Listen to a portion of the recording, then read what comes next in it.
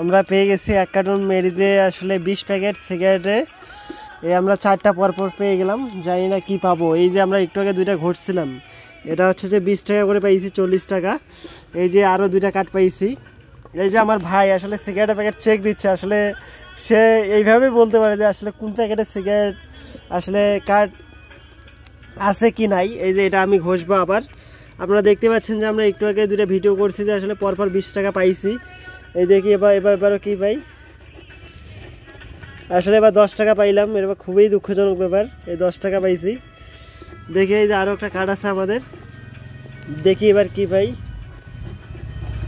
এটাও 20 টাকা।